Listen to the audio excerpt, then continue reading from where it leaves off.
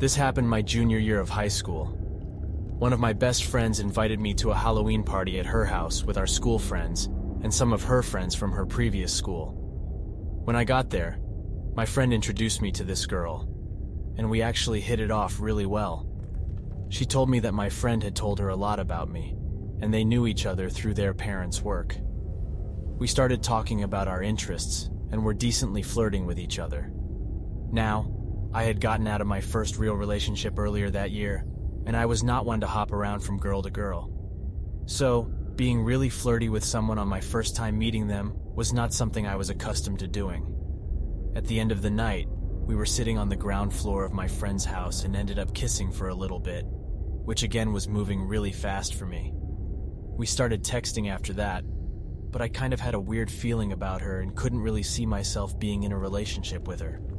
But prior to realizing that, we had made plans for a date with my friend who threw the party and her boyfriend. When the day of the date came, I had come down with a 1017-degree fever and felt very, very out of it.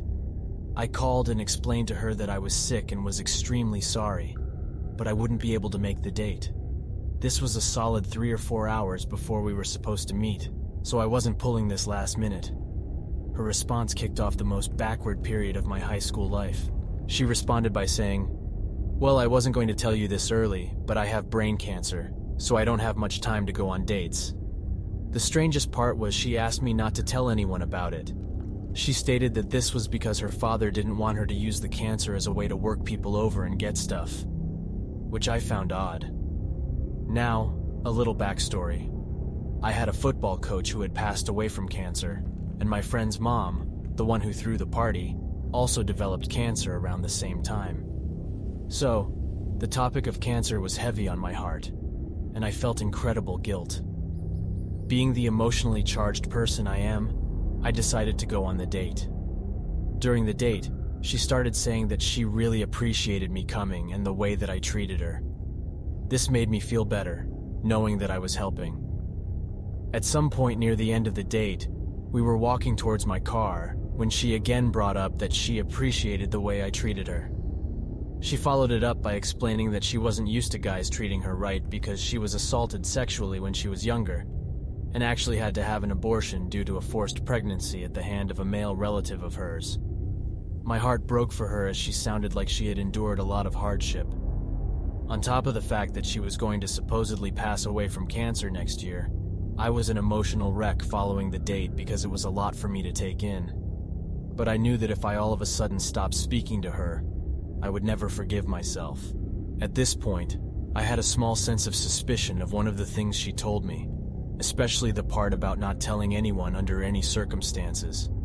That coupled with a couple of things that she had said on our date so far about 3, regarding what she wanted to do with her future. Saying things like, "I want to try out this hairstyle when I get older."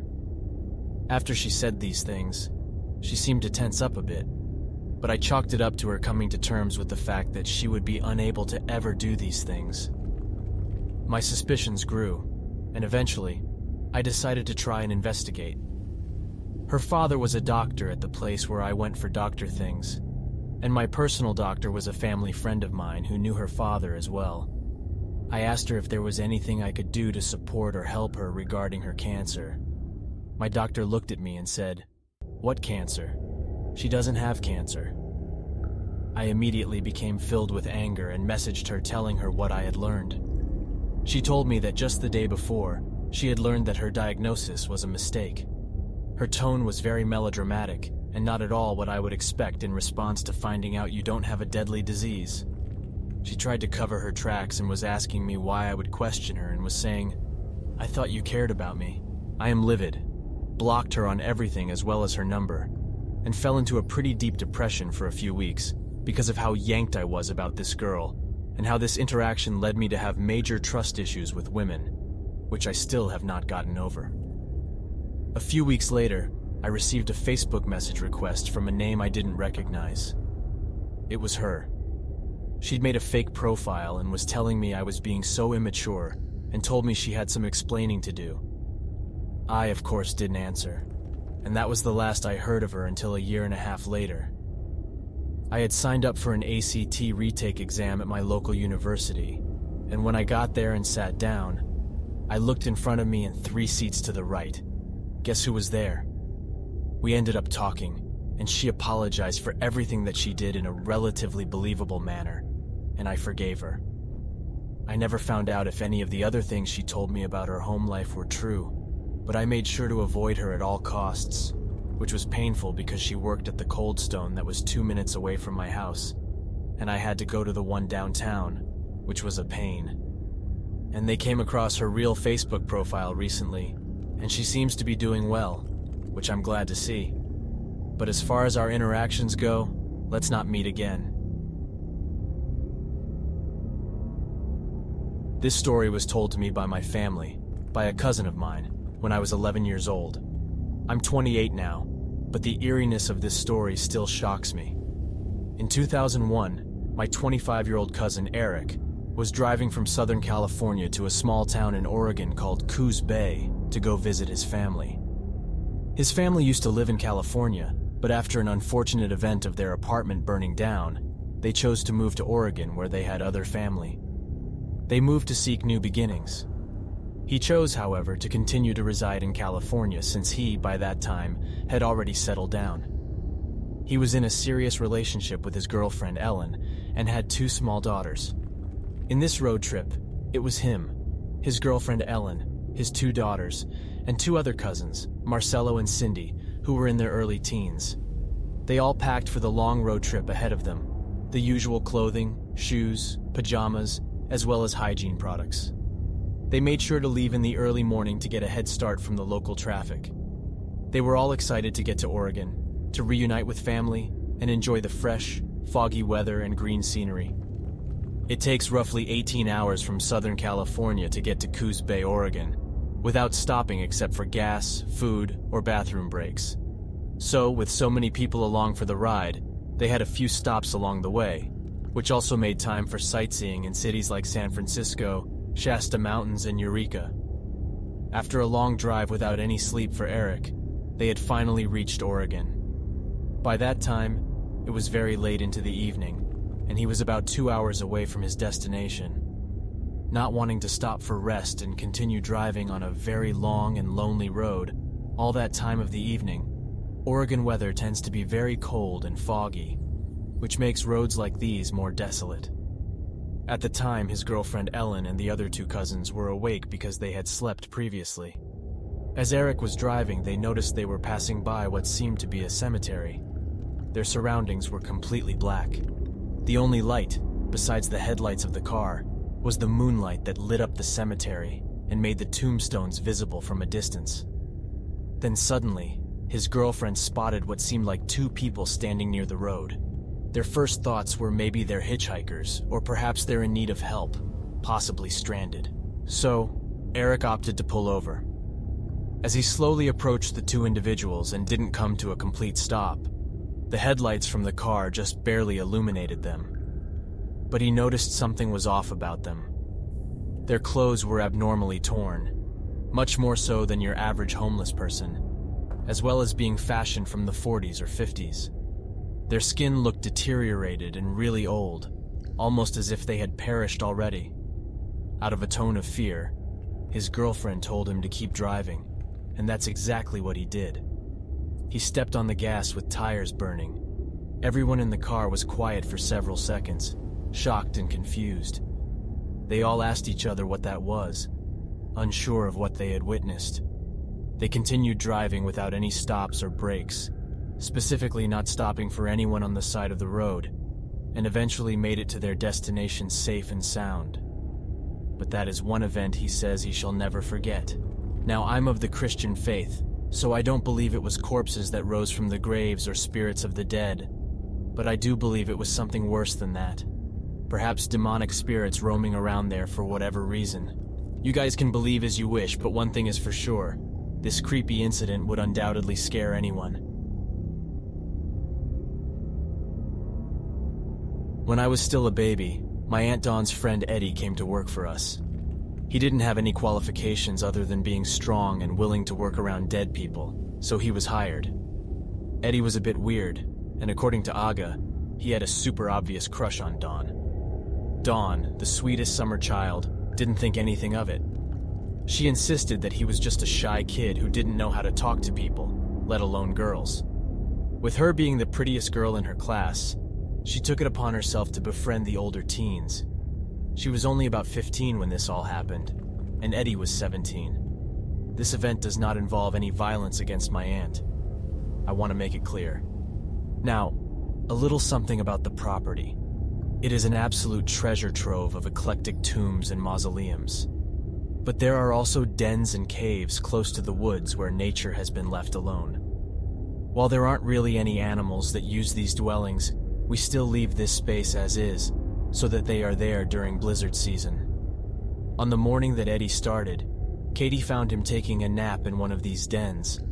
He hadn't even been there an hour. A few hours later, he came inside and asked for a snack, though he hadn't done much work.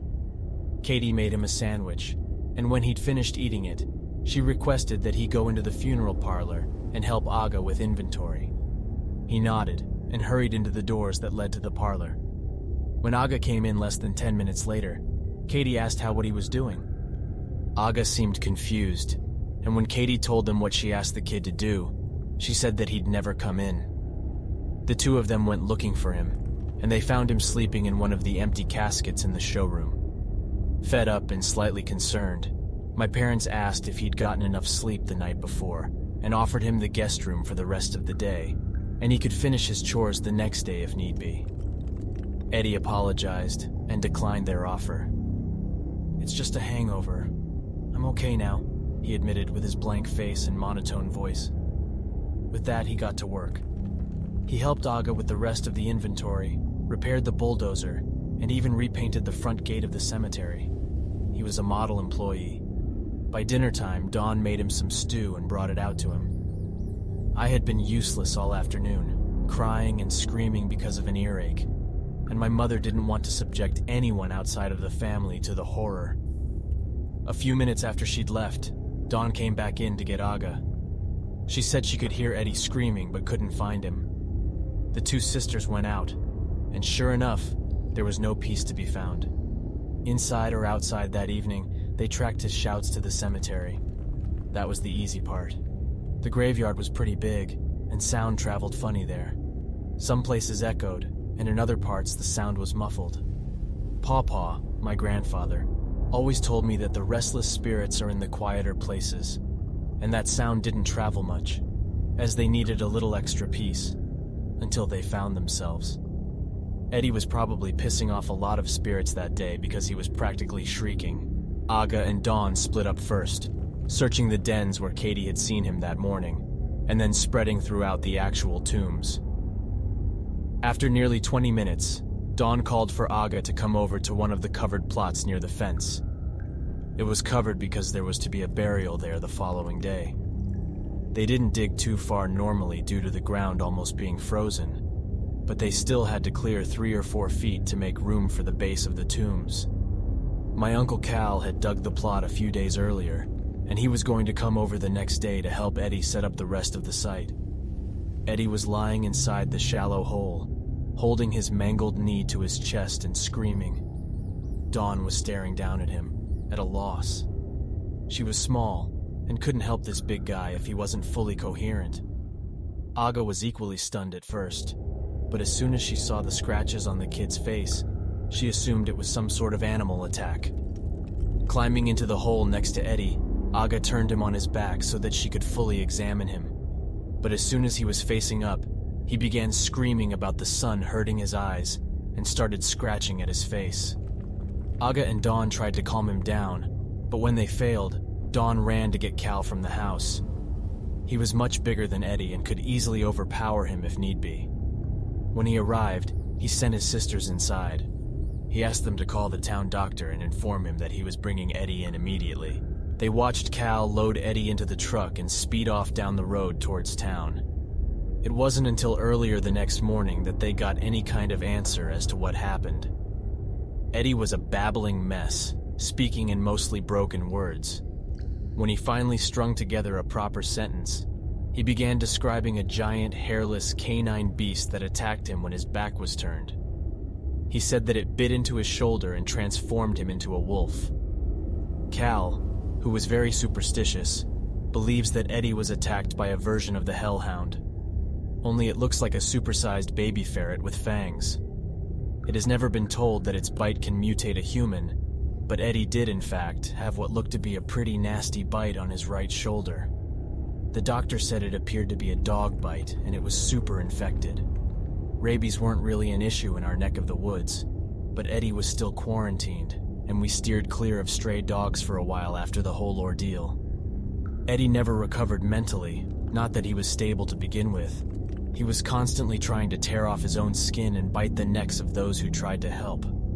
Luckily, no one was seriously injured by him, but sadly, Eddie ultimately ended up taking his own life 2 years later. He slit his wrists with a sterling silver knife that his mother had gotten him from a shaman. They believed that it was the only way to rid him of the beast that possessed him. When my family first moved into our new house in the country, I was happy about finally getting out of our previous home that was haunted. Unfortunately, it wasn't even a week of being there before the activity started in our new house. I still remember the first event that started the whole thing. I was in the house alone while everyone else was outside. I had to run out and ask my mom something, so I went through the kitchen on my way to the back door. The faucet was not running when I went past it on my way out, but as soon as I came in, I found it running full blast. Not just the cold water had been turned on, but the hot one as well. This was an event that happened several times to everyone in the house. Not to mention, the dishwasher would start itself in the middle of the night, which us kids were blamed for, of course. That is, of course, until it started right in front of my stepdad and me. He called a repairman to check it out since it happened so frequently at first, but there was nothing wrong with the switch, and the repairman showed us that it was impossible for the thing to start itself. We, as a family, talked about these little events in general conversation from time to time, but there was another event that we were all experiencing that we didn't talk about because it was the kind of thing that was questionable. I had been seeing what looked like someone walking past the windows of the house from the corner of my eye almost daily. But I felt stupid saying something since I never saw it while I was looking at the window. And when I ran out to see who was there, of course, there'd be no one. Since no one else had mentioned seeing this, I had the idea that perhaps I was the only one. Until we'd been there around 8 months. We were all sitting in the living room, watching TV when I saw someone go by one window. I looked over at the window, and there was nothing there. But just as I got my eye on the window, the figure went past the other window in the room. I immediately noticed, and my mom and stepdad looked over at the window at the same time. I knew right then that they had seen it too, so I asked them if they saw someone going past the window. They and my brother all said yes, and we sprinted out, running to see who it was. There was no one when we came back in. I opened up and told everybody that I had been seeing the thing the whole time.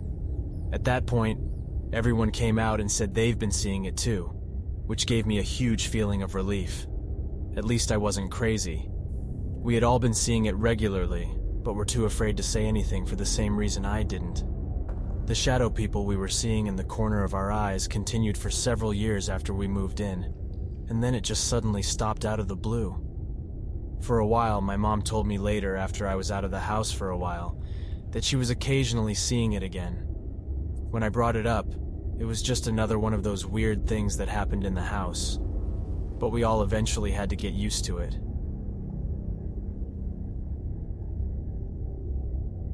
I lived previously in a small 2-story house with an unfinished basement along a main road.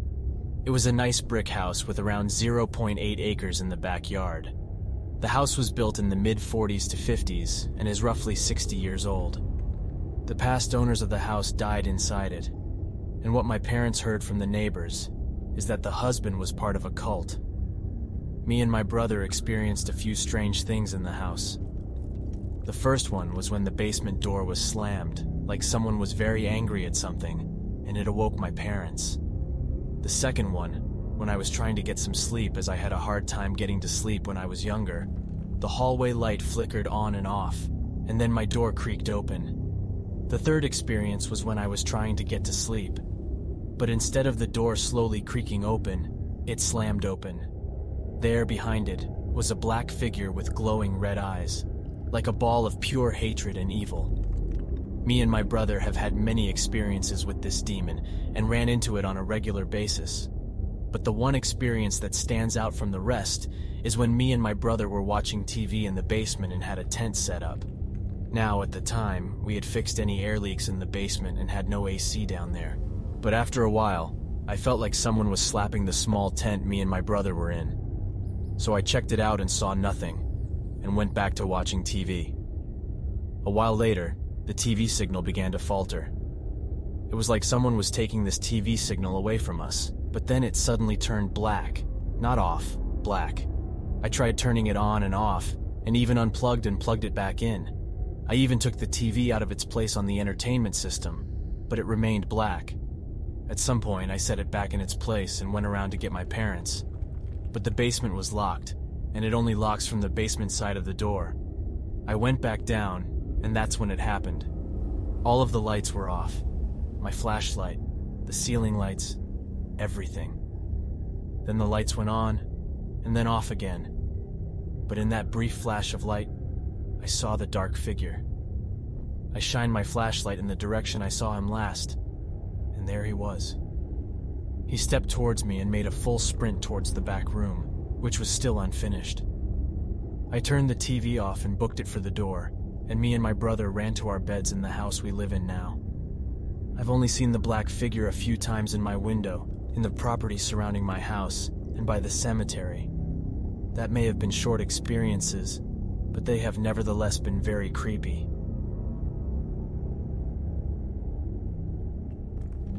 My band was on tour around 6 months ago when this happened. We were playing at a dive bar that wasn't in a great area of a major city, and in hindsight, should have been a lot smarter about our decisions that night. We had finished playing around midnight, and soon began unloading our gear from the venue to our minivan, which was parked about a half a block away on a street perpendicular to the venues. The streets were completely empty at this point, which wasn't weird because it was so late. We all packed into the van and began to drive off, but quickly pulled over a block ahead of where we had parked to figure out where we should go in order to get gas for the trip ahead of us. Seconds after stopping, a small white car with 2 men in it pulled up next to us. I can't remember what type of car it was, as things became sort of a blur at this point. The man in the passenger seat of the white car began yelling at our drummer who was driving, and I immediately knew something was very wrong. I yelled to our drummer from the middle seat to lock his door and get driving. He began to drive along the curb to get around the white car, but the white car moved with us, keeping us trapped on that side of the road. I looked at the man and saw him flashing a pistol at the window. My stomach turned. I had never experienced anything like this before. Luckily, our drummer and guitarist, who was sitting shotgun, were quick thinkers. Our drummer put the car in reverse and tore off, pulling around the back of the white car so it couldn't trap us, and we flew into the intersection with the main road. As we turned ourselves to move forward on this road, I saw the white car turning around and coming onto the still empty main road to follow us. We peeled through twists and turns at the direction of our guitarist, who was looking at a map on his phone, the white car still pursuing but losing ground. Finally, we reached a busy street that had some activity on it. Then the white car was gone. We had all been sufficiently freaked out and decided to just get gas on the highway rather than stay longer than necessary in the city. We spent the next hours going over what had happened and all the naive decisions we had made that left us vulnerable. As the situation left everyone spooked, I tried to bring a little comic relief to the situation by talking about how awesome it was that we won a car chase while driving a minivan full of dudes in gear. What was scariest to me was that I didn't know the intentions of the men in the white car. They were probably just out to rob us, but I'll never know if they were planning anything worse. I also can't imagine what would have happened if they'd have stolen anything from us, leaving us stranded in an unfamiliar city far from home. About a week or so ago, I ran across an article online about someone being shot and killed in the same city, mentioning the intersection in which it took place. One of the streets was the street that the venue we had played at was on, and my morbid curiosity got the better of me. I decided to look up the intersection on Google Maps. It was the exact same spot where we had first been approached by the white car. Most likely this was a coincidence, but it still gave me chills as I think back to what could have happened if we hadn't escaped. For context, I have some drug-addicted neighbors. My front door faces the corner of their house, and I can see part of the front and backyard. One of the wild memories I have of my neighbor Beth is when her youngest son of 3, Damien, came over and shyly knocked on the door. I was the one to answer and looked down at him asking, "What's up?" He looked up at me and asked to borrow my phone. Barely as soon as the words left his mouth, something catches my eye. I focus over his shoulder to see Frank, the eldest son, fly back and lie on the ground. I hear an angry yell, and Louis, the middle-aged son, rushes out and punches Frank. By now, Mom can hear the fighting and comes down. My mom won and stands next to me to watch. Frank shoves Louis away, and just then, Beth runs out and starts shrieking at Frank to stop. He swoops down and gets a brick from the stepping path, throwing it at her. He misses. Beth stops screaming, and Louis tries to punch Frank again. Then Frank grabs Damien's skateboard and flings it at him. He misses, and the skateboard goes through the front window, breaking it. There's more screaming, but then Frank runs back towards the house, snatches Damien's baseball bat, jumps through the broken window, and disappears into the house. Both Beth and Louis come over, and we wait for the cops. We start hearing repeated shattering noises as things get broken. The police come, and he splits once more, where he hopped the brick all into my yard, and then to the people behind. They eventually caught him on the next block. Once the police confirmed that he was arrested, Damien, Louis, and Beth head back inside. Not too long after, Damien comes back over while Louis and Beth were giving their statement. He looks crushed, and what he told me broke my heart. My computer tower, my monitor, my TV, and the Xbox 360 that I had given him for Christmas once I got a PS4 were broken. I couldn't believe it. What a scumbag. Beth told me later that Frank said he did it because Damien had asked us to call the cops. He was also coming down from a bender on cocaine, which explains everything. The layout of my kitchen is very strange. Now, I was laying around on the couch just watching TV, and I hear this striking sound. The next thing I know, a measuring cup was being thrown from the counter or fridge. I stood up so fast, and a wave of fear came over me, and I nearly cried.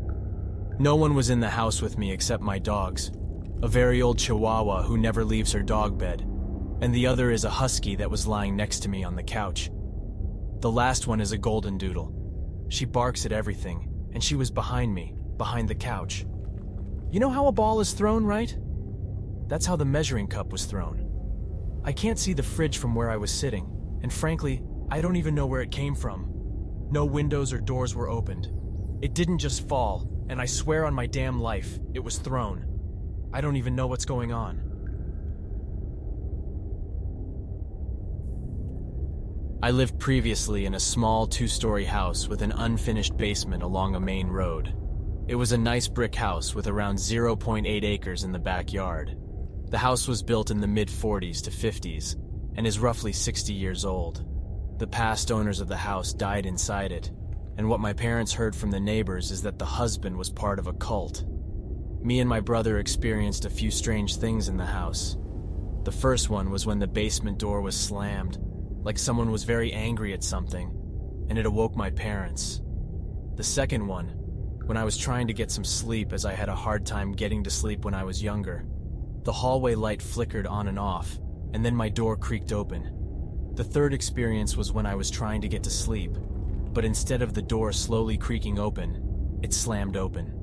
There, behind it, was a black figure with glowing red eyes, like a ball of pure hatred and evil.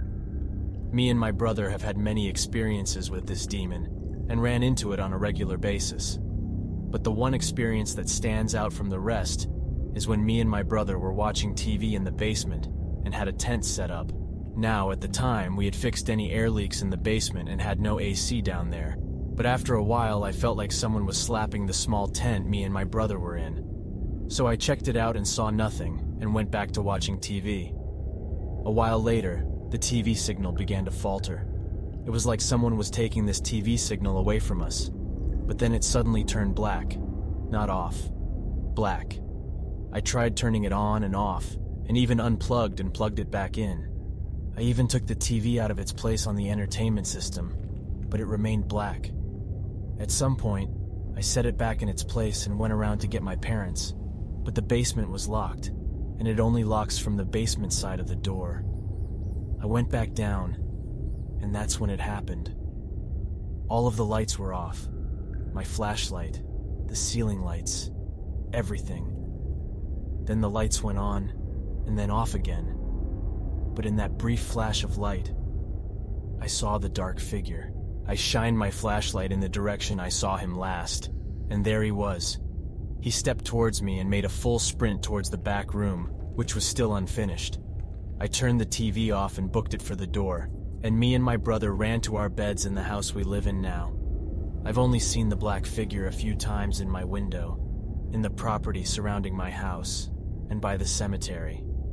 That may have been short experiences, but they have nevertheless been very creepy. Hey there, hope you enjoyed these stories. If you can, please like and subscribe. I would appreciate it. See you next time.